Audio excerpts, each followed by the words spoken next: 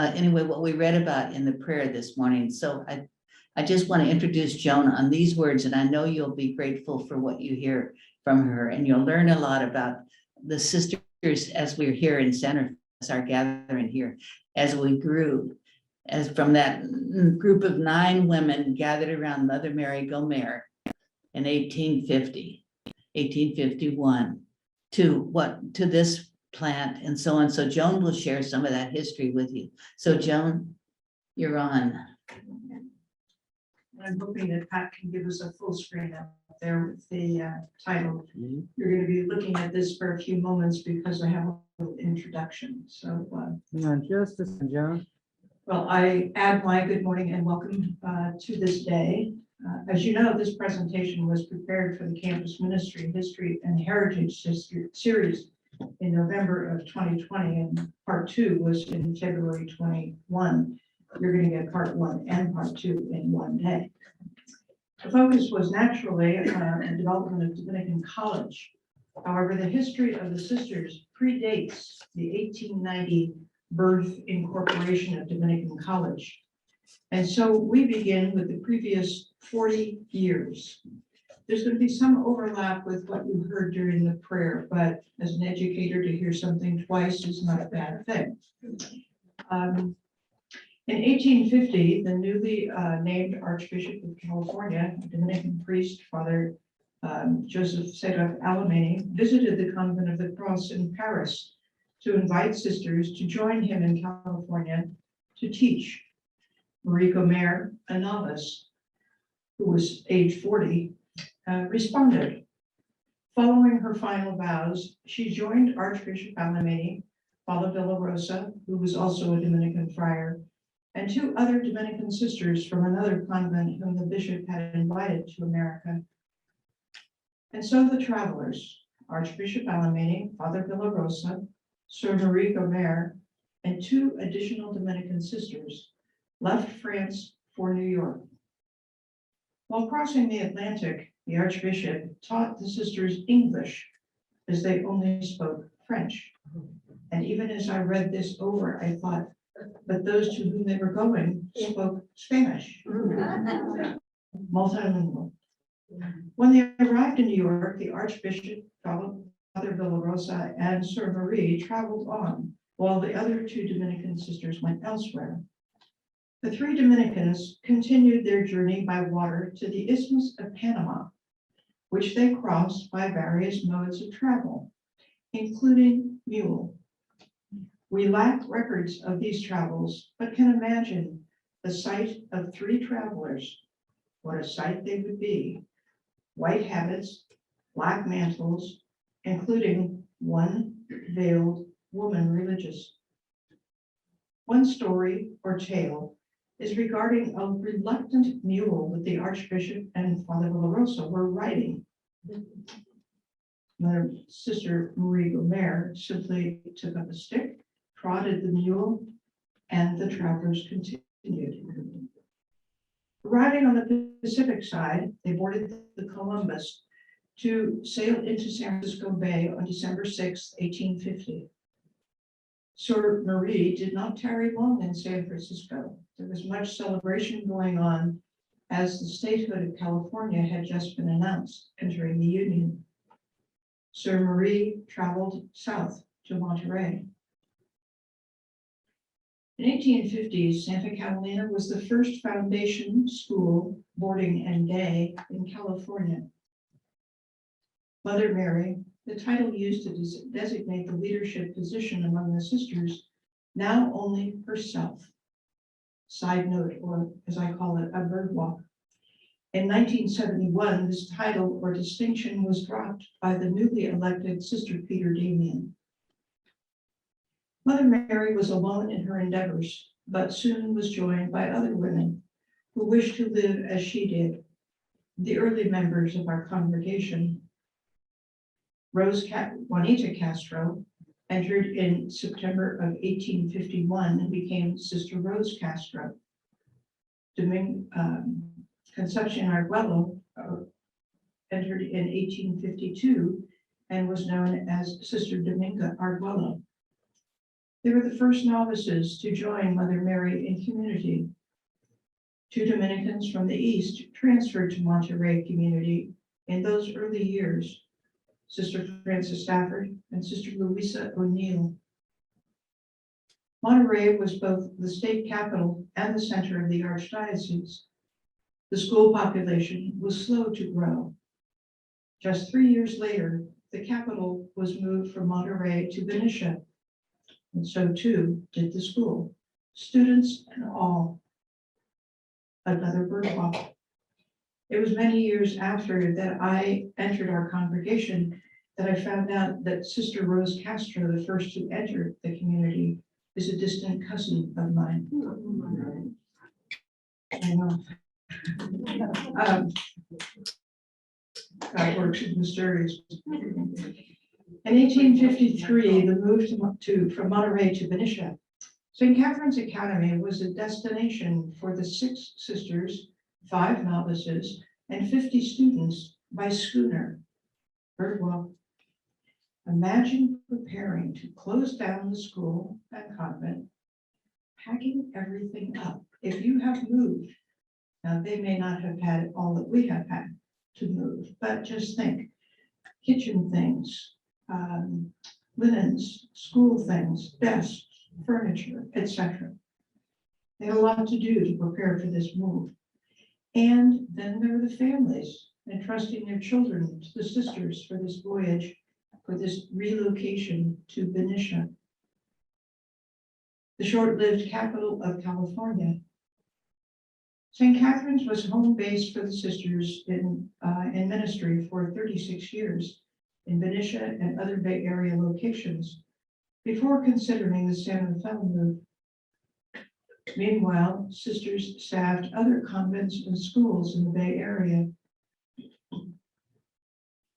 In 1959, St. Catherine ceased as a boarding school. In 1961, the instruction transitioned to St. Dominic's Parochial School in Venetia. In 1965, the buildings were demolished for the building of the Salon Mall. St. Catherine's had a presence, a history in Venetia for 112 years.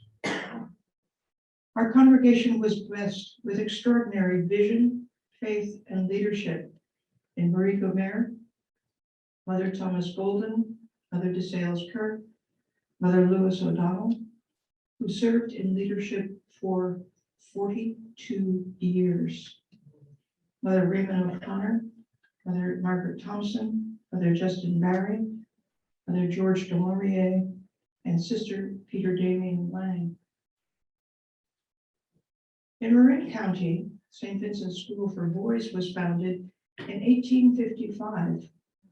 The Dominican sisters staffed that school for 26 years, from 1868 to 1894, when the Christian Brothers then took over the education and boarding supervision of the school. Another bird walk. The sisters from St. Vincent's had glowing reports back in Venetia about the beauty of the land and climate in Marin. It was clear that Venetia would not develop into a highly populated area for the growth of St. Catherine, so other locations were explored. This is Mother Lewis O'Donnell. She was elected to leadership in 1887. She eventually became the first president of the college in 1890 and would remain so until 1920. San Rafael was growing. Mission San Rafael Archangel was founded in 1817. St. Vincent's School for Boys was established in 1855. The city of San Rafael was incorporated in 1874 and established as the county seat in 1893. The North Pacific Coast Railroad operated in Marin in 1874, hauling goods and passengers. The Boyd Estate, which is the current location in San Rafael of the Elks Club, was built with the gatehouse during 1879. Benicasa was built by the Smith family in 1884 Edge Hill was built by William Babcock in 1887. The Falkirk Mansion, which still functions in San Rafael, was built in 1888.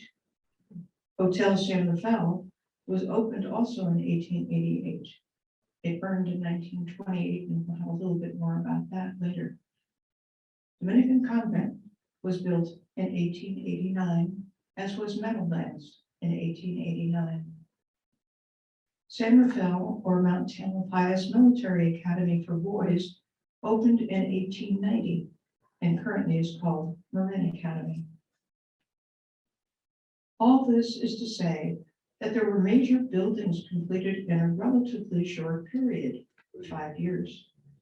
Building supplies and labor must have been available. Construction, however, was rapid without compromising quality.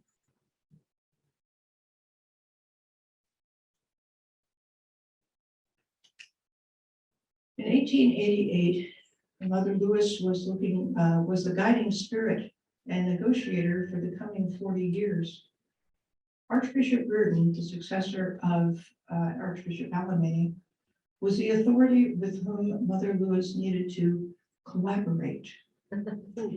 A parcel of 10 acres was purchased for $20,000. $10,000 was donated by Mr. Coleman, whose name is still very familiar in the county. $5,000 was contributed by Mrs. Powell, and all I found out was that she was a neighbor. $5,000 was a loan from Archbishop Burden. A contract was signed on November 26, 1888, with loans from the bank. The building construction cost was $100,000. The new convent was dedicated, excuse me, I went forward to, oh, wait a minute. This is a map of the property in this area. I don't know the parcel number at all, but the area that is shaded in yellow is what we call block 20. And it is on block 20 where this building is. To the left of the yellow area, that curve is Grand Avenue. To the north, the upper section of that is Locust, and the southwest edge of the yellow is Acacia. So that is the original 10 acres.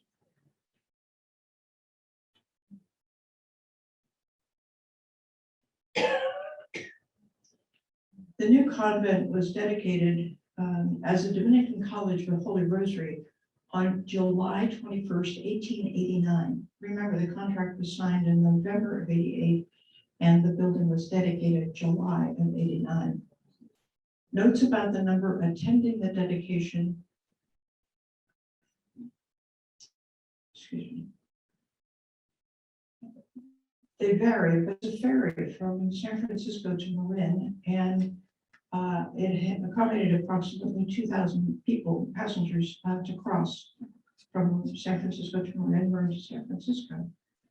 Many attended the dedication, both from a distance, coming from a distance from San Francisco, from perhaps Venetia, where we still had sisters, from Vallejo, from St. Vincent School for Boys, neighbors who had come to know us, etc. I couldn't find a guest book for that occasion. Perhaps they didn't have them in those days.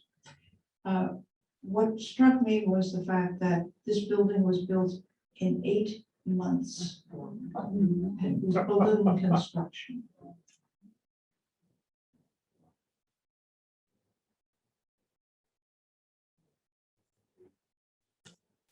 This is from the east side of the building, and there was obviously some event.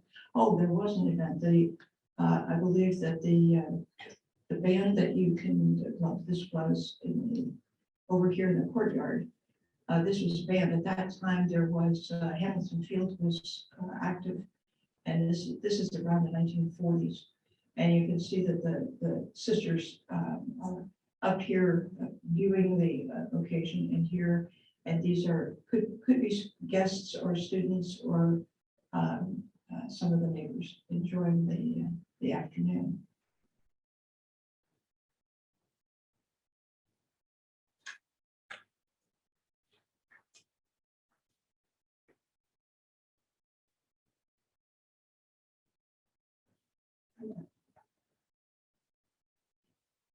I'm new to this technology of pressing a button to change a slide.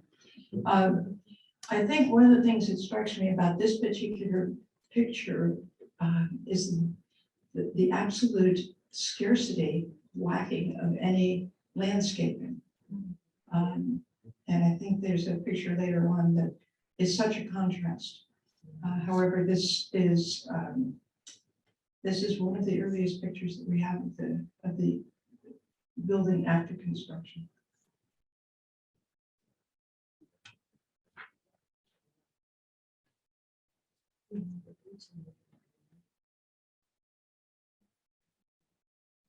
The students, I wish you could see the picture a little closer, but they're the women, the girls all dressed in light color, and I'm not sure if there were uniforms at that time or not. You can also see the growth of some of the, this is about 1910, so only 20 years later, the growth of some of the plantings. Now, we're going to be looking at some floor plans. Now, these are not original documents. A bit of a bird walk. In early 1990, there was discussion of doing some major renovation of the interior of Dominican Convent. It was lovely to behold, it was. However, for those of us who lived and worked in the building, it sometimes was a little challenge, let's say. I remember one of the sisters saying that she would plug a coffee pot, she'd turn the water on to get ready for a shower. She'd go turn the coffee pot on, and by the time then she got back, the hot water was there. And I dare say that sometimes if too many plugged in their coffee pot, there would have been a fuse blown. So, but this was the ground floor of Dominican Convent. These were what we fondly called the gray stairs that face Grand Avenue over here. The north side this is the chapel area. These were the parlors and offices, as were these. There were a couple of guest rooms here. There's a rather elaborate staircase that started on this floor and goes to the third floor. And when I say elaborate, we called it fondly the golden staircase.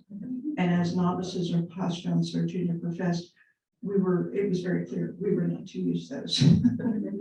On this end of the building on the first floor was a recreation room. Excuse me, I'm on the wrong floor. On the second floor. Yeah. I skipped the first floor. This is the first floor. And on this floor, again, these are the staircase, the gray stairs going up. We would usually come into the building from underneath. There was a way to get in underneath the stairs there. This was a refectory. This was a refectory.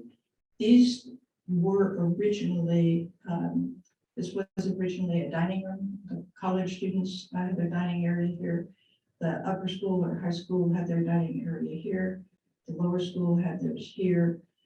This was a recreation room for the upper school students. These were classrooms. This was, as I say, the drawings from 1990. So these have been partitioned into offices and other uses. This is the college students' dining room, and this you'll notice that the table set, the linens on the table, and such. The doorway at the end of the hallway here led to a hallway that then stairs to go up to the chapel on the next floor. This was the sisters' dining room, our refectory. Little contrast, rather sparse in furnishings. You'll notice the stools upon which we sat, and all you had, as I recall, were salt, pepper, and sugar bowls on the table to start with, and always mindful of the cross. When we were in chapel, or when we were in the dining room, and most other places when we assembled, Sister Adele said something about being older than I in rank. We according to the time of our entry, or if we were in a position of leadership. So the superior of the house, or in this case, it was the major superior of the congregation who lived here, sat at this table, and whoever was then next eldest in rank kind of went around the table like this. So those sitting in the center tables were the youngsters. But it didn't matter because during meals, it was silence. We usually at lunch and dinner, someone read something to us, either a book on history or a spiritual book. But this was the sisters' dining room. Oh, I'm just going to go back here for 1 minute. At the time, at the time of the fire, this was not a dining room, but this was part of the archives of the sisters. So to bear that in mind.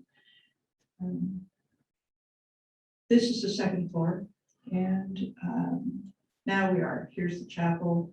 Here's the what originally was the library for Dominican College and lower schools. These were the parlors, and I just went through that, and I apologize for the repetition. This is, I believe, the first iteration that we have in our archives of the style of the chapel. You still have the main section of the main altar and the two side altars. The chairs here, there's a better picture of them as we move forward, but those were individual chairs. They were quite efficient, I guess I want to say. They were oak chairs with a kneeler behind, so the person sitting in the chair behind used the kneeler of your chair. And there's a little book rack there, which was for your breviary or your music book, whatever you had there. The sisters' choir were with these, we called them stalls. They were wooden seats that faced choir to choir, which was the way in which we commonly joined together for our prayer of the hours, the divine office, or chant from side to side.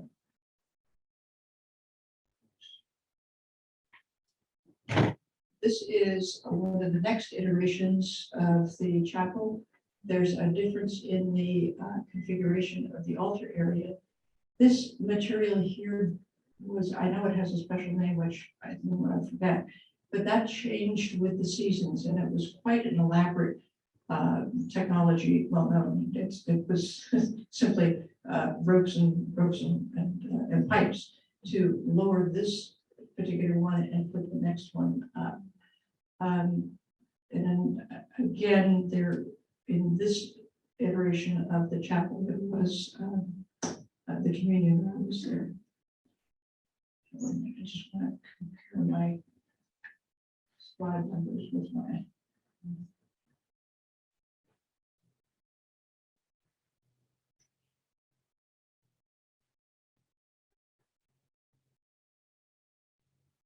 This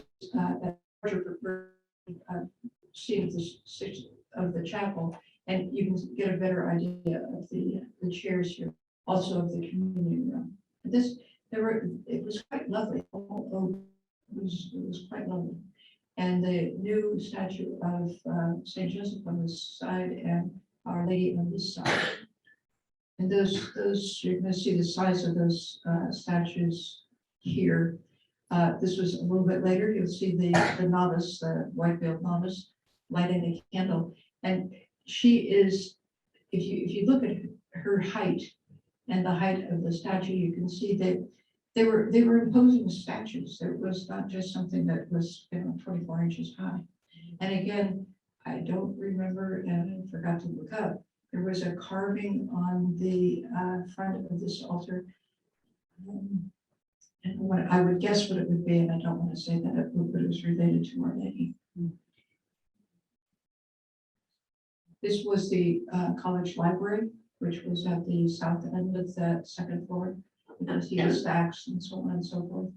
And we think that these are the tables that then migrated over to when Guzman was built on the second floor of Guzman. There was a library there, and those are probably where those went. This is another picture of the same room, the library. This is to the left is the door that you would go down the main corridor. Eventually, that became the community room or the recreation room for the sisters. And so you see a couple sitting there, and those oak, I guess, and I guess quite available material. These chairs were large, they were very heavy, they were oak, and there's still a few of them around. I love this hall, this picture of the east side of the mother house. There's a lot to say about it insofar as the flooring on this deck was canvas, and it was painted gray. So it was very durable, and periodically I just get another coat of paint. I think ultimately probably the paint was what was there more than the canvas. At this end of, you're facing north at this point, and this doorway led into the hallway. Right across from that doorway was the entry to the sacristy. Against this wall right here, just outside that door, I know it's going to use a lot of your imagination, but right up here is where the bell was that we rang for call to prayer, call to mass, call to whatever. And that bell is what is in our bell terrace just to our left outside this gathering space. There it was a little more difficult to ring because it was probably an 8 to 10 foot rope that you had to pull. And if you were very, very slight, it might have been a little greater challenge, because sometimes when it went up, so too did you. This was the upper and lower schools student body, and I assume it was day and boarding. And this is 1895. So this is 1890. That's only 5 years after the school opened. So there's a healthy clump of students there, all in there finally. And this is the inside of one of the parlors, and again the students in more elegant finery.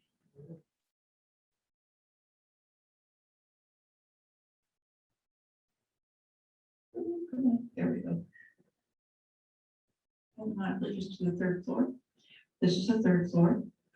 We have the chapel is a rather large structure, and so that encompassed all of the first floor, all of the second floor, and we'll see that in the third second floor, all the third floor, and its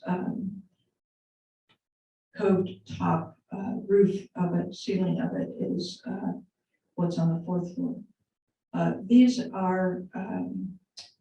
These were dormitories. There was a section of dormitory space here, here, and here.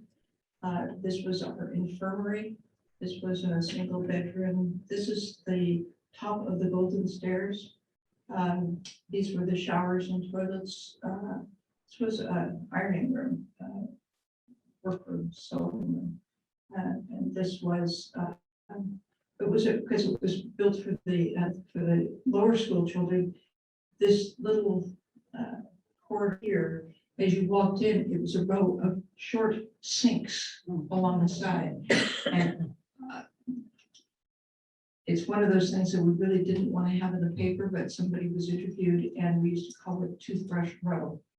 And that was quoted in the paper. And for the students, it was fine, but for the sisters, it was a little simple, I guess is what I want to say. This was a dormitory area here, as well as here. This was, I'm not sure what it was in the original, in the 90s, it was our recreation room. This was a typical view of one of those dormitories. The dormitory is clearly dormitory. It is each of these little cells, units, was a bed, a dresser, a chair, and there were pipes defining the width of it, pipes defining the front and back, and all those definitions were separated by curtains. You can see, or use your imagination, these were the gas lights that were the way that the light was provided in the building. Go to the fourth floor. And the fourth floor, this is the top of the chapel. These were bedrooms, I believe, from the initial time. This area here was elevated a few steps, and this we fondly called the Annex, and that was not built out originally until 1910. When it was built out, the alcoves here, or cells, were a little more elegant. They were partitioned with tongue and groove wood, and even had an actual door, wooden door. However, the top of them was only 6 or 8 feet high, whereas the ceiling was probably 12 or 16 feet high. So you shared the airspace, if not the wall space. You'll see, which I didn't know before, there's a skylight here that comes just from this floor. It's between the 4th and 3rd floor. So some natural light was allowed down to the next lower level. And here is with a little bit more of the landscaping and all, the set of gates and the set of pillars and gates was a wonderful kind of entry to the property.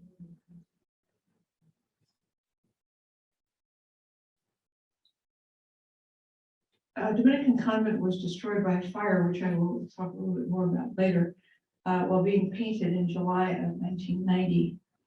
There were no serious injuries, and a new complex was built to replace the buildings, but more about that later.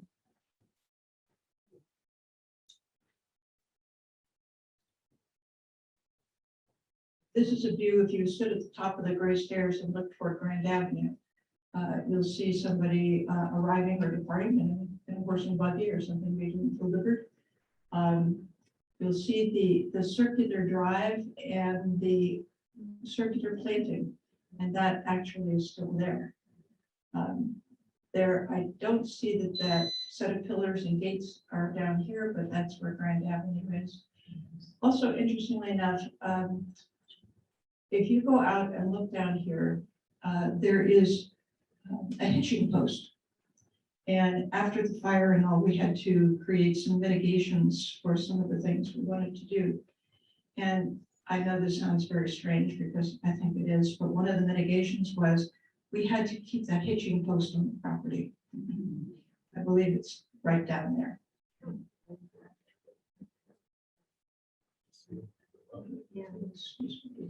This is facing the east side of Dominican Convent. So if you were to walk down this pathway, you would end up on the east side. You might remember back a few slides where there was the assembly of the sisters standing on the 3rd, 2nd, and ground level balconies looking at the musicians. This is the side of the building where there were.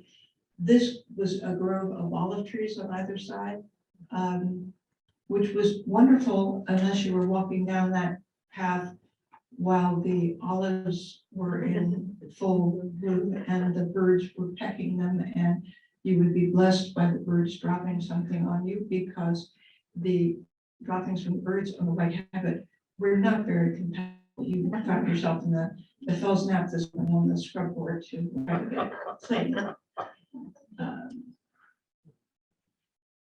Now, we haven't quite finished the construction in block 20, but the first piece of property after the purchase of block 20 was in 1903.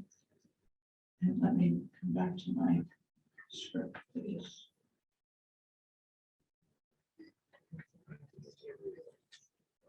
I'm gonna back up a little bit on my script. I love talking about the pictures. In August 11th, 1890, just 1 year following the move-in, saw the incorporation of Dominican College with legal rights to grant college level degrees. It was a Dominican College corporation. And interestingly enough, Mother de Sales Kirk, who had previously led the leadership, called the leadership in the congregation, must have had some acumen business. And it was her urgings that the corporation of Dominican College was established. In the 1890s, there wasn't much growth in the enrollment, and so there was delay in college instruction, focusing more on elementary and secondary level college prep. In 1901, the lower and upper schools were among the first private schools accredited by the state of California. In 1903, the purchase of a lot that owned by the McKinnons on the south side of Acacia, right here, was the first purchase of property after Block 20, and it was for the Lourdes Cottage, and the cottage was built as an infirmary, ultimately to serve all students grades 1 through 4th year of college, with focus on the boarding students. And more about Lourdes Cottage as we go on. 1906 to 1936 was the greatest period of population growth for the campus.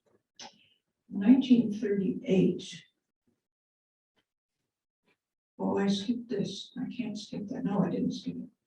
In 1907, Mother Lewis designed, and there's no record of her education in the field of engineering or architecture or anything else. However, she was, I'm sure, involved in the design of the Dominican convent and the various programs and functions that needed to serve.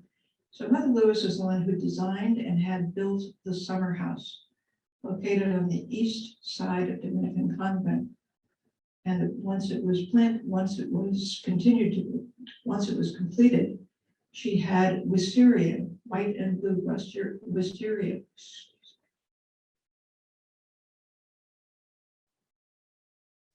White and blue wisteria planted along the exterior of the summer house. And I believe that the current wisteria is probably several generations following that original. Students enjoyed this lovely site. Often classes would be held in the summer house. Perhaps this was in celebration of the final payment of the mortgage on the construction of Dominican convent, which was ceremoniously burned Feast of St. Thomas, January 8th, 1907. Thomas is the patron of schools. This was just 18 years following the issuing of the loan. The notes in the archive note that the convent that we were staffing outside of San Rafael were invited to send funds to help defray this debt. 1907 was, I guess, a building time because 1907 also Lourdes Grotto was built. And this is in scale for Lourdes in France. The only difference in its appearance right now and in this picture is there is a grid, a gate across the front, not to obstruct a view, but only to prevent people from putting things in the back and so on and so forth. There is some mixed information on who funded this. There is one source that says that it is the gift of a family of a student who had passed away. And there's also some speculation that it was funded by the family of one of the sisters. Sister Adele, when we were going to this yesterday, noted that the style of the benches here are similar to the style of the benches in Lourdes, France. There are none of the original benches remaining today. The grotto still is certainly there.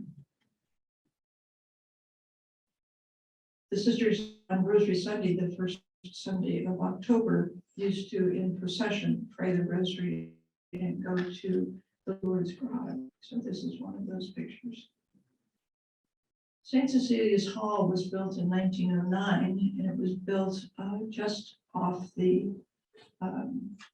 southeast corner of Dominican Convent, so it's along Acacia. And it was for music instruction and practice. And it served that purpose until the early 50s when it was raised. There's several pictures of that. The style is rather Christian style, but with the pillars and all. If you're standing at the summer house looking over, this would be the view you'd see of St. Cecilia Hall. With the next building on the top behind to your right would be Dominican Convent, the east face.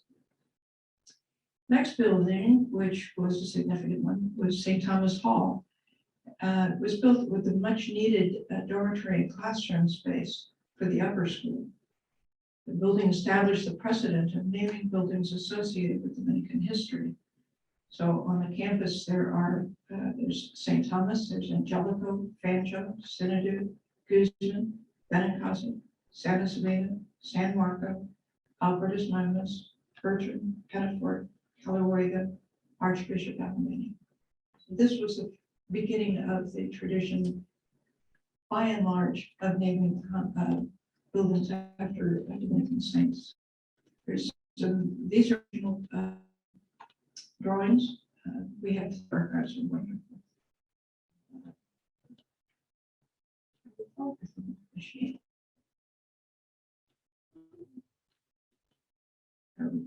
This is the floor of the first floor of St. Thomas. There's a large study hall here where the students obviously did their homework and had classes, had assemblies, had whatever reason they needed to come together. There were classrooms all along this side, and here there were, I guess this was another classroom area. And this was the science room, which later on was one of Sister Aquinas's research lab locations. So it was fun to go in and see all the various sea anemones and so on that she kept there. This was the second floor of St. Thomas, and this was dormitory space. This was also dormitory space. We call this the Little Dorm. This was the library, and this was the recreation room for the students. There was a stairway here, a main stairway from first to second and then to third floor, similarly at the end of the building here. There was also a walkway, a bridgeway that did this to the Dominican Convent to the Mother House. I forgot to mention something, but I'll mention it here. There were two skylights in the hall, in that main hallway, and this is the third floor. There's one skylight, and there's the other. This is open to the sky, the center part here. This was the third floor of St. Thomas with little upgraded. We're out of dormitories now, and we're into individual rooms. So my assumption is that these are for the seniors. Senior students, that is. And again, on the outside perimeter of the bedrooms, and then on the inside, circling the open area to the ceiling, to the sky here. And the walkway, the bridgeway connecting it to the convent there. This is an iteration of the rather elegant facade of the building. The building was concrete. And here's a good view of how it was connected. There's the connection on the third floor, on the second floor, and then on the first floor, it was enclosed with glass. And as I looked at this yesterday, we have a basketball hoop, so I guess we had some game going on here. This is, I wonder how they ever got this view of it. There's several of these views, and I wonder how they ever were taken. Obviously, Dominican Convent, Dominican College, St. Thomas, and presumptuously, this might be the which we will talk about soon. This is the inside of the gym. I kind of got that out of order. This is the Dominican College fencing class around 1925. So if you know anyone who was a Dominican in 1925, you'll see how they had their fencing class in their gym clothes, and doesn't that look like fun? This is the basketball team. I wonder if the Penguins like to have those uniforms. I'm not quite sure how that's all going. And this is an iteration. I was a friend of my family's. Had gone to the upper school, and she just was 6 months older than I.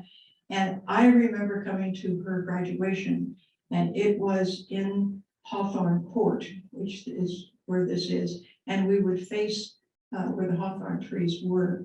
And so my assumption is that this is an upper school graduation.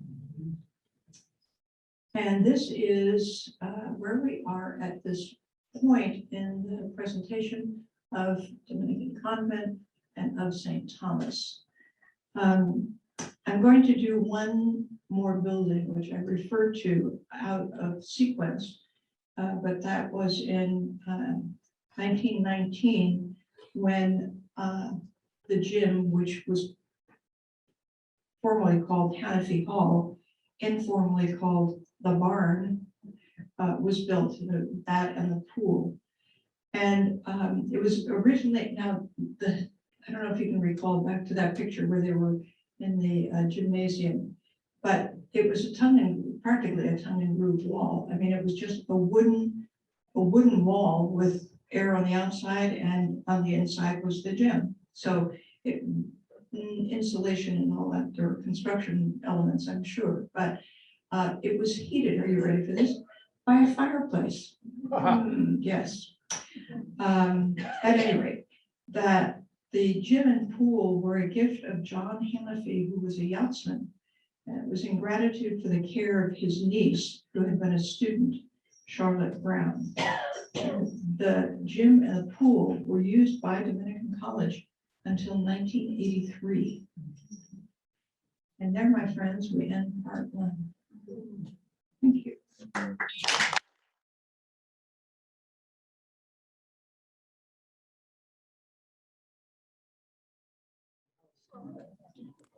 So Joan will now begin part two.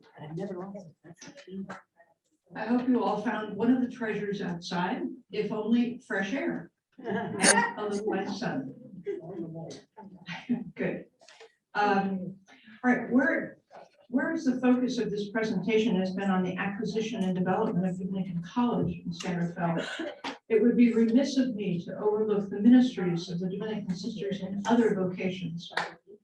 In the past 171 years of service, the Dominican sisters have sponsored and ministered and or been on the staff of not only Dominican College, but also 3 hospitals, 7 high schools, 30 elementary schools, 1 retreat and conference center, along with other ministries in spirituality, education, and social justice in California, Nevada, Washington, Canada, Mexico, Central and South America, and France.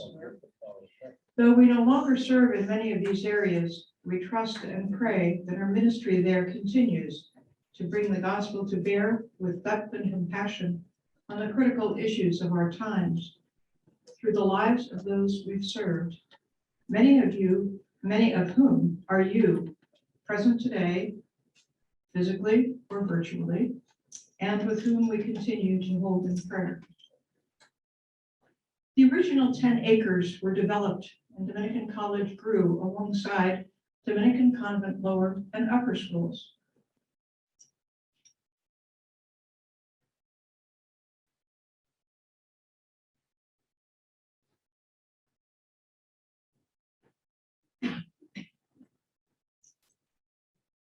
magic touch.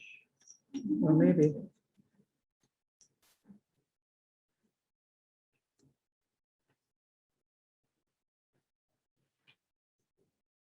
The college began a relationship with UC Berkeley to establish a junior college in San Rafael. The students would then matriculate to UC Berkeley. The first session was comprised of 3 students and 7 teachers, 4 sisters and 3 lay teachers. How's that for a nice ratio? 1917, Dominican College of San Rafael established a 4-year baccalaureate program that was the first Catholic college in California to grant BAs to women. In the first class, 4 degrees were awarded, 3 to sisters and 1 to a laywoman in math and music. At the time of World War I, colleges of higher education for women were seen in a new light, and there was a great interest. Crowding became a problem, and in 1918, the Ferndale property on Grand and Locust was rented for college dormitory space, as there were no college residences yet.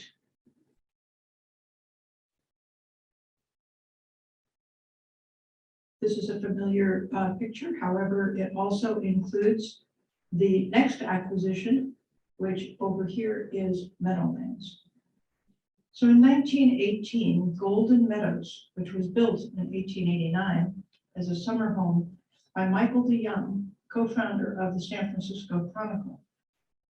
Mrs. DeYoung, Catherine or Kate, had been a student at St. Catherine's in Venetia, small world. The DeYoungs purchased several statues for the property, but only one remains today, the dog near Palm Avenue. There's quite a apparently custom on the seniors of how they might decorate that dog at the end of their year. Catherine died of cancer in 1917. Our archives are rich in history, so I share some of this information with you. Michael DeYoung, founder of the San Francisco Chronicle, after converting to Catholicism, married Catherine Kate Dean in 1881. Catherine was a graduate of St. Catherine's in Venetia. They had 5 children, 1 son and 4 daughters. Michael, Kate, and their family lived in San Francisco and enjoyed their summer holiday home in San Rafael. And a quote from the Marin Heritage Society via Marin County Library. National and world leaders passed through the large Dutch door for the many lavish parties thrown here and in the gardens. Although usually used as a summer home, the family lived here for over a year while San Francisco was being rebuilt after the 1906 earthquake. The girls may have attended Dominican during these times. Their son, the eldest, died in 1913 at the age of 32 of typhoid fever. Catherine was deeply saddened and became significantly depressed. She developed cancer later that year and died at the age of 60 in 1917. Just a year later, Michael sold the Magnolia Valley property to the Dominican Sisters. Michael died for $30,000. Michael died of pneumonia in 1925 at the age of 75. A letter from Michael DeYoung alludes to the sale of the property. These are various pictures. In this picture, I have a little note saying the Tobin family. I'm not sure if that's accurate or my assumption or presumption. But this was perhaps one of their gatherings. I don't know if this is called a lavish gathering or an informal gathering. But the Tobin family is linked to visiting at Meadowlands. And interestingly enough, one of the 4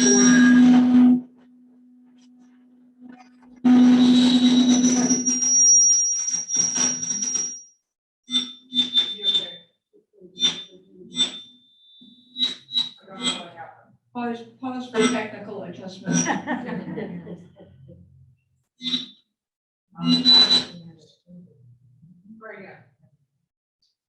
are we doing?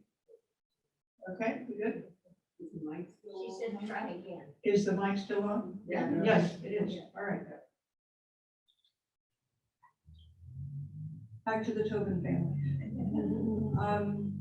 It's interesting because after I gave the first part of this first presentation to the university, the part in the Marin County Library, the piece that I got, they named the 4 daughters married names, and one of the daughters is Tobin. So perhaps romance blossomed on the porch at Meadowlands. It just was a grand house. I mean, there have been some adjustments, and there is documentation of some architectural changes. This was the dining room. You'll see a large fireplace here, but there's a mural that runs around the perimeter of the building, and it's a hunt scene. And I always wondered what was the significance of it. And one of a friend who also is an alum of the college pursued to try to see if we could find out what it was. Another little backstory is that when the sisters first purchased the building, there was some speculation that the hunt scene was not an appropriate decoration for the college students' dormitory.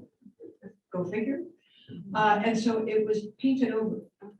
However, a number of years later, some 10, 20 years later, I know Sister Patrick, Sister Catherine Marie, and Sister Thomas were named as happily co-conspirators in trying to find out what was below what had been painted over.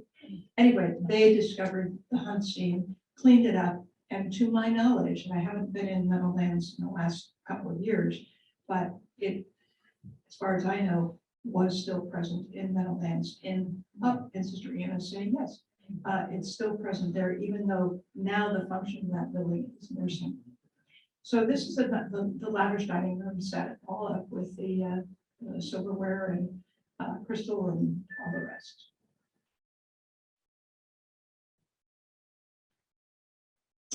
Here's the letter. A letter from Michael D. Young alludes to the sale of the property. Pleasant memories of Golden Meadow were too filled with happier times with Kate and the children there. Michael decided to sell the property. The correspondence from Michael D. Young to Mother Lewis during the transfer of ownership. March 26, 1918. Dear Mother, while there are many regrets in our family that we have disposed of the home where we had so many pleasant and happy times, there is one great compensation to me, because I know that nothing would have given greater pleasure to my dear departed wife than to see the place in your dear hands. The love and loyalty of your sisters was unbounded. Respectfully yours, M.H.D. Young.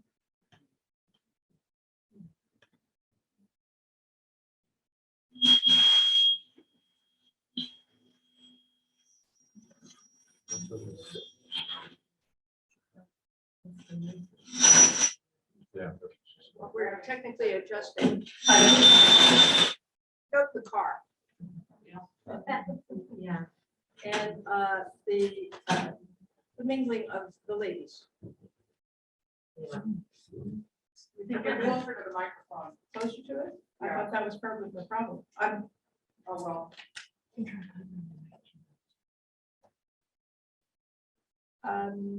Well, this is Shield Day. A little bird walk. Not really. There's a custom in the fall for the college that the senior class presents to the freshman class their class shield and motto. And this was Shield Day in 1928. Now, I don't think that the students dress the same way today for Shield Day as they did in this picture. I believe it's cap and gown that they are wearing. Which they also wore, as I understand it, to Sunday evening dinner. They wore caps, but they wore gowns. I don't know if they wore caps.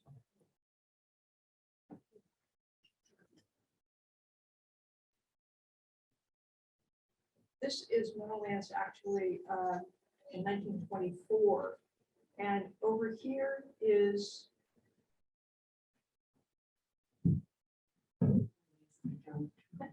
Beth, I love you. Nothing would make me mind you. I have to even see what I'm saying. Yes. All right. How's things? Any better? Yes. Can you, Sister Ann Providence, can you hear me? Yes. Okay, good. All right. This was the addition to Meadowlands that was because of an expansion of population.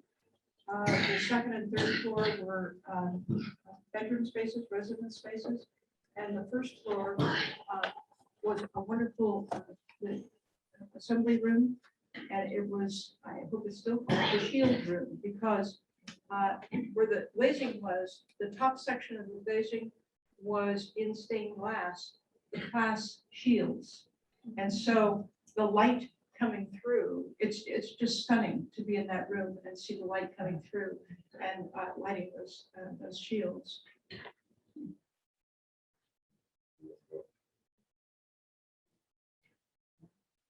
So we have fond memories of the DMs as we move on. Meadowlands was the first specific purchase as a college residence. In 1922, we look at Edge Hill, which was built in 1887 by William Babcock, a gentleman farmer. A barn was located where Santa Sabina is now. William Babcock originally opposed the Dominican sisters coming to San Rafael.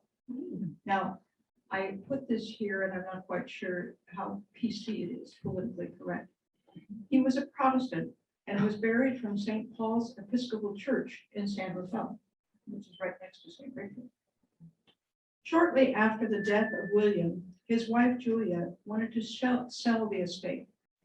The Dominican College, Dominican sisters, who were all one, purchased it for $86,000. And it was approximately 45 acres. Wow.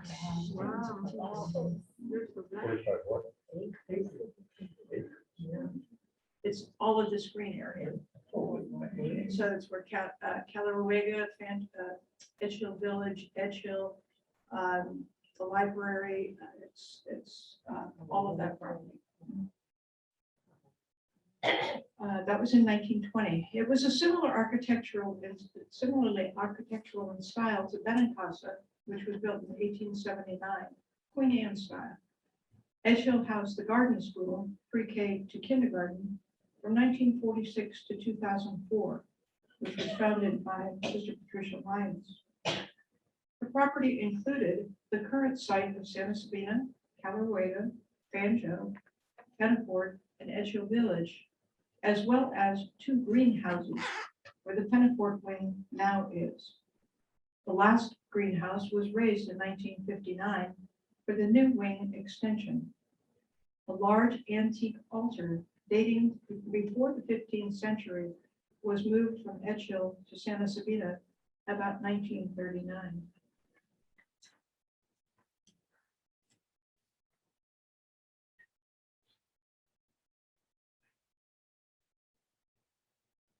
This is Edge Hill, one of the early pictures of Edge Hills.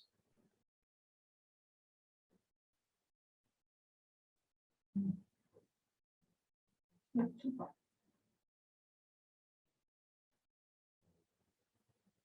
Once again, our archives and internet provide additional background to the Edge Hill story. William Babcock was president of the Security Savings Bank and had interests in the shipping industry in the Bay Area. He and his first wife moved into the newly built 1887 Edge Hill. Helena and their children passed away soon after. I did not pursue, nor was it stated of what illness or circumstances. William was a wealthy philanthropist, very active in San Francisco and Marin Society circles, and enjoyed traveling. On one trip, he, a widower, met a Catholic widow, Julia May Beck. They courted and were married in 1895. On their many travels, Julia would return with items to enhance the interior of Edgehill, while William would bring back samples of trees and garden specimens that he would plant or nurture in one of his greenhouses or on the extensive property. William and Julia were on a short trip to Southern California when William was taken ill with bronchial pneumonia that led to emergency surgery. The doctors felt that he would recover fully. However, within the day, William died in 1918. Julia was the sole beneficiary of William's vast holdings, including Edgehill and the surrounding property. A few years following William's death, Julia wanted to sell the Edgehill property, and the Dominican Sisters College purchased the approximately 45 acres.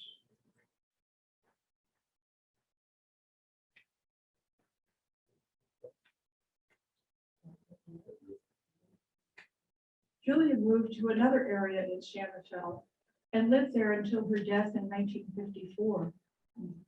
Julia's will, the Babcock Memorial Endowment was established with a principal of $40.1 million. The beneficiaries of the endowment were low and middle income Marin families who had medical bills beyond their means, the elderly, those with chronic illness, young families with premature or sick infants, and other medical-related challenges. She contributed a significant amount to Marin General Hospital, established a mental health clinic in Marin, and donated a building at St. Vincent School for Boys to honor her husband, William Babcock. The fund was spent down in the early 2000s. Edgehill closed due to seismic concerns in 1985. The garden school relocated to 2 portable buildings on the west side of Edgehill until it closed in 2004. After an extensive retrofit, Edgehill reopened in 2011, where it currently houses the Benincasa Chapel, campus ministry, all student affairs offices, alumni office, global education, and the Diversity, Equity, and Inclusion Office.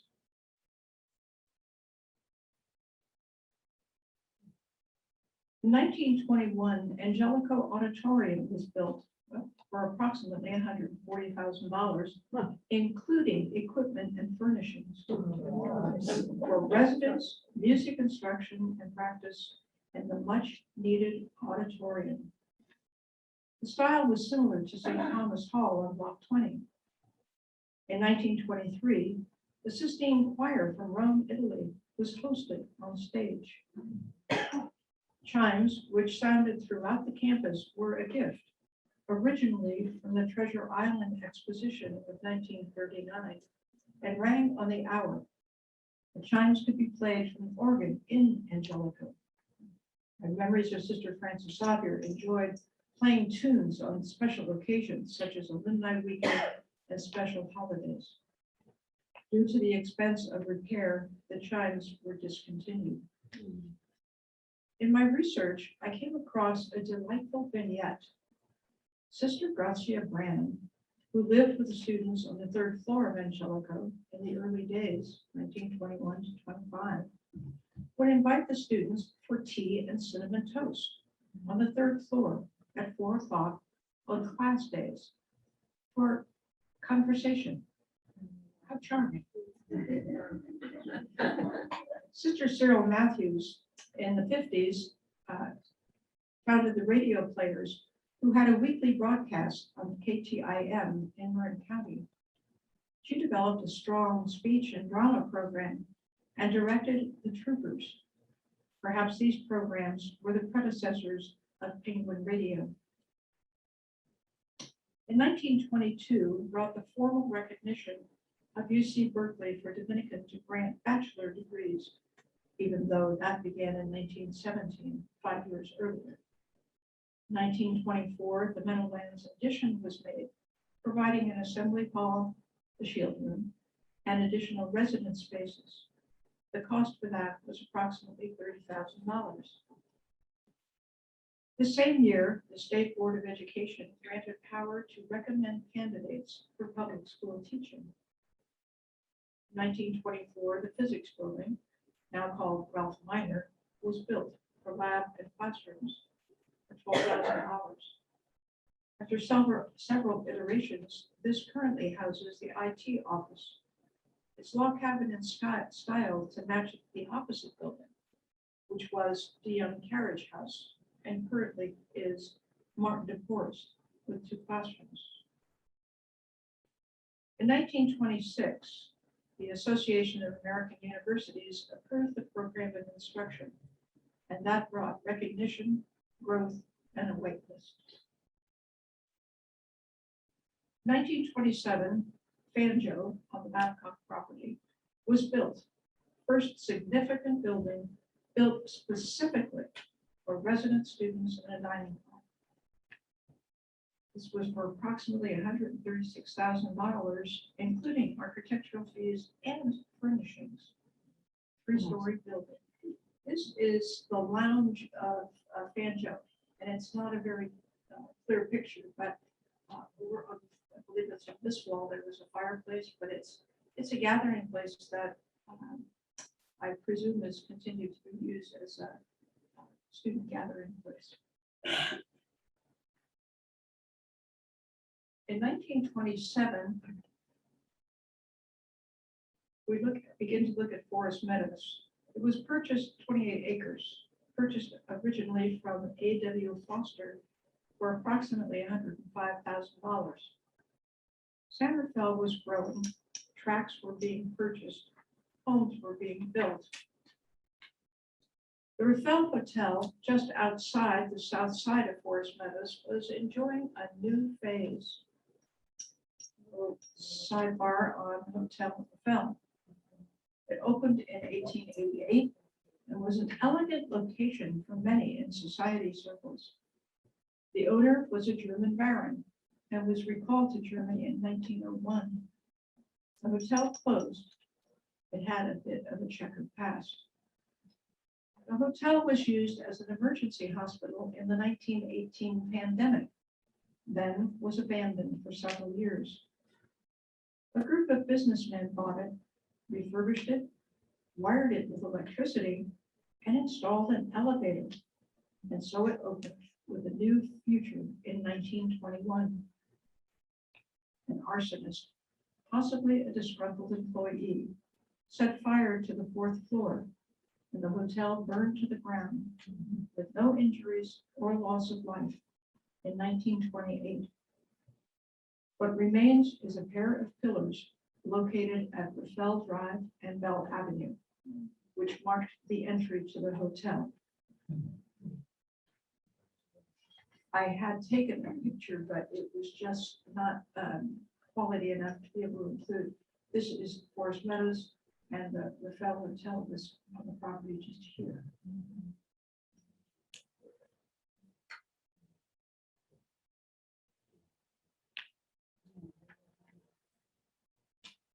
In 1930-31, the upper school had a tea house that was over near Hannafee Hall, and they used it extensively.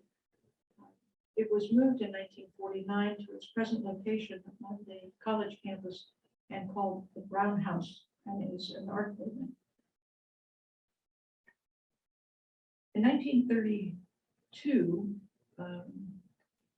Dominican, in the early days, Dominican had very little formal printed advertising. They had programs in Angelico that invited and welcomed alumni, friends,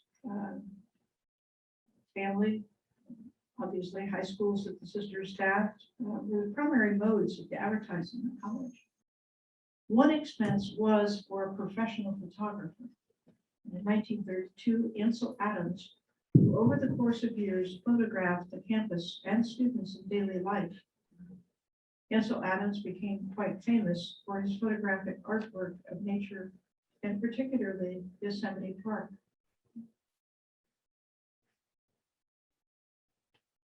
In 1935, a piece of property, which was Benincasa, it was purchased for residences from the Buck estate for $58,000. A bit less than 10 acres, built in 1879, Queen Anne style, similar to Edgehill. Oops, I thought I had some pictures.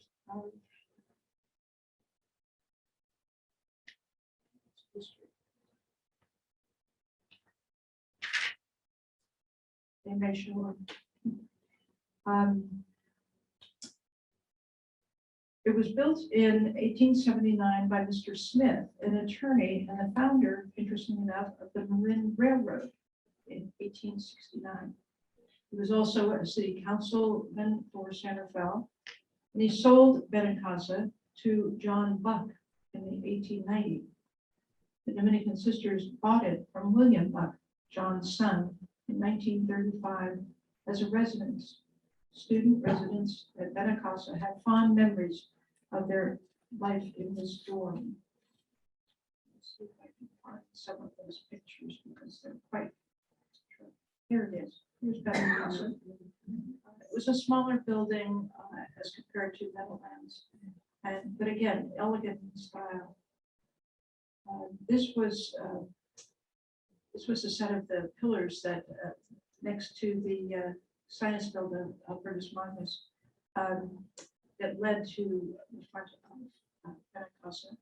There's another set on Palm, which is a narrower, less elegant, but very functional. Actually.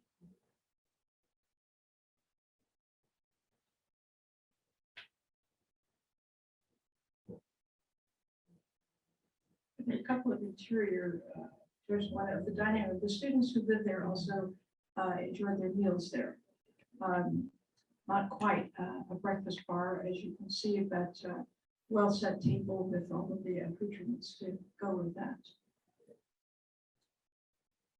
This is not a good picture, but it gives a sense of the space and a sense of the elegance. These are kind of wrought iron pieces. There's hangings, tapestries, above the fireplace. It was demolished in 1961 for the building of the library.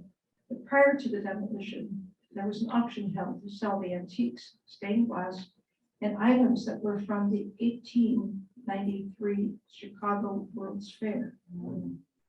Alameda Library was dedicated in 1963. At this point, the original 10 acres of Block 20 has now morphed into 100 acres. In 1935, Anne Hathaway, which was the carriage house for the Buck property, was modified to house the theater company offices on the first floor, with a printing press on the second floor. And many of us can remember Sister Anthony and her wonderfully beautiful artwork that she would produce in that printing press area. In 1939, Santa Sabina was built as a novitiate on the site of the Babcock barn. Currently, it's a retreat and conference center. 1947, San Marco was a Quonset that was moved on campus from World War II surplus and became an art studio.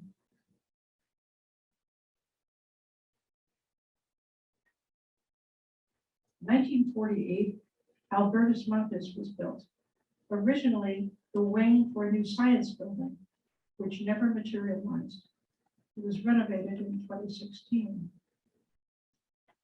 Lourdes Cottage. Remember Lourdes Cottage that was over opposite the Block 20? Lourdes Cottage had its second move, this time to Palm and Magnolia, for the building of Bertram for lower school classroom and dormitory space. I don't recall saying that it had its first move from its position on Acacia to the point where Bertrand currently is. And then its second move was to Palm and Magnolia. So this is its third location. Bertrand was the building of the lower school for classroom and dormitory space. The campus population was growing rapidly, with approximately 50 BA degrees being awarded annually. I had to go back and check that number because it didn't sound too outrageously high, but that's what the book said. Several educational institutions of the Dominican Sisters off-site were separately incorporated, and the congregation, Dominican College of San Rafael, deeded over to these institutions their operational property. At this time, Block 20 was deeded over to Dominican Convent, a new corporation which comprised the upper and lower schools. In 1958, Pettiford was built as a residence hall, and in 1960, there was a wing added. In 1958, Calawega was built as a dining hall for the faculty wing, currently called the Creekside Wing. In 1959, the congregation purchased the Locust Lourdes property across from Block 20. In 1960, the congregation and the college proper separately incorporated, and the Dominican Sisters became a new legal entity under the title Sisters of St. Dominic, Congregation of the Most Holy Name, and retained control of the general fund as well as off-site non-educational properties. The original corporation, known as Dominican College of San Rafael, continued as the college proper, and thus continued to hold in that name all the lands of the San Rafael campus, with the exception of Block 20 and the Lourdes Locust property. At this time, the general fund of the congregation continued to be the source of financing major building projects for the college, such as Archbishop Alameda Library.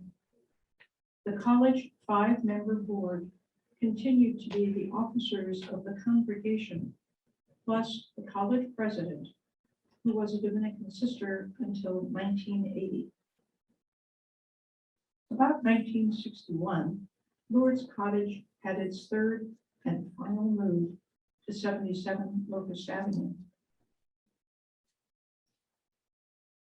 Subsequent additions have been made, and currently Lourdes is the residence for the Dominican Sisters who need some assistance in their daily care. The first building after the Mother House, and part of it still exists.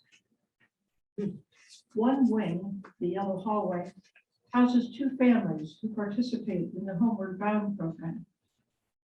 We have for many years collaborated with Homeward Bound in their wonderful ministry of supporting families from home insecurity to job skills and re-entry as contributing as responsible members of society. Lourdes Convent can truly be called the original mobile home. 1963, Archbishop Alameda Library was built for college and classrooms, dedicated in 1963. In 1965, Dominican Convent Upper and Lower Schools changed its name to San Domenico School for Girls, vacated its former location, St. Thomas and Bertram Hall on Block 20, and the school moved to San Anselmo. Prior to the name change, Dominican Convent conveyed Block 20 and Lourdes property on Locust to Dominican College Corporation, which thus now is holding title to all the original and acquired properties on the San Rafael campus. 1969, Dominican College amended its bylaws, broadening the membership. yet retaining the membership to 1/3 plus 1 Dominican sisters for controlling of interests. 1971, undergraduate enrollment open to male applicants. 1975, Dominican College amended the Articles of Incorporation to provide that upon the dissolution of the corporation, all shall be distributed to the Sisters of St. Dominic Congregation of the Most Holy Name or the then existing successor. In 1979, college and congregational properties were legally separated. The congregation now holds title to most of Lot 20, less the Birchman property. Lourdes, Haynes, Rosanadu, Synodou, and Santa Sabina properties. The Dominican Sisters continue to hold 2 positions on the Board of Trustees, and several are involved in the Alumni Association and as adjunct faculty. The Board of Trustees for Dominican College consisted entirely of Dominican Sisters from 1889 to 1969. The president of the college was a Dominican sister from 1890 when it was incorporated, until 1980. The Dominican College Dominican Sisters purchased all the land and buildings acquired between 1889 and 1979 and bore the cost of construction for the new buildings during those years. Barbara Bundy was the first lay president of Dominican College. This next section is a bit of a postscript since it reflects time after 1979. My talk as such terminates or ends with 1979 and the both legal and land and corporation separation of the college and congregation. But a significant piece of our congregational history is still here. This photo montage may be familiar to you as the work of Sister Adele Gerlach, artist in residence for the college for many years. The location of this building, Dominican Convent, in relation to the college buildings can be seen in this newspaper article from the San Rafael IGA. This is the convent property. This is all the college. These are the college buildings. On July 12, 1990, while painting the exterior, a fire broke out and severely damaged the building. While a loss to the sisters and the community, all were grateful that there were no serious injuries. San Rafael Fire Department did an outstanding job of protecting the sisters' archives. Ultimately, the building was demolished and the new buildings were built to better meet the current needs of the programs of the Dominican Sisters of San Rafael. I have to add a little personal piece here. I took the series of pictures that composed this print. The demolition company allowed me to get up in one of their baskets at the end of the crane. And I took a series of pictures from the north, from the left to south, and then put the pictures together. So that was the way the building looked after the fire, before the demolition began. This is a relationship of the new buildings to the old buildings, I guess I want to say. What is outlined in green is where buildings previously stood. This was the mother house. This was St. Thomas. This was the pool and gym area. This was the laundry. This was the maintenance building. This was the shop. These were garages. And the shaded buildings are the new buildings. This is where we are sitting right here in this room right here. This is Dominican Convent just to our left. This is St. Margaret's, where the convents where I live. These are 2 garages. I think it's here is the shop the maintenance building. And what is not on this master plan is Gymnasium, which is a convent. The final picture, about the sun. This is the complex of the new buildings. This is where we are right now. The administration building, the gathering space, and the Dominican convent can be seen in this picture. This final picture of the stained glass transom, which was over the main entry door of the mother house. In 1889, it was a gift of Father Lagan, the pastor of St. Brendan Parish.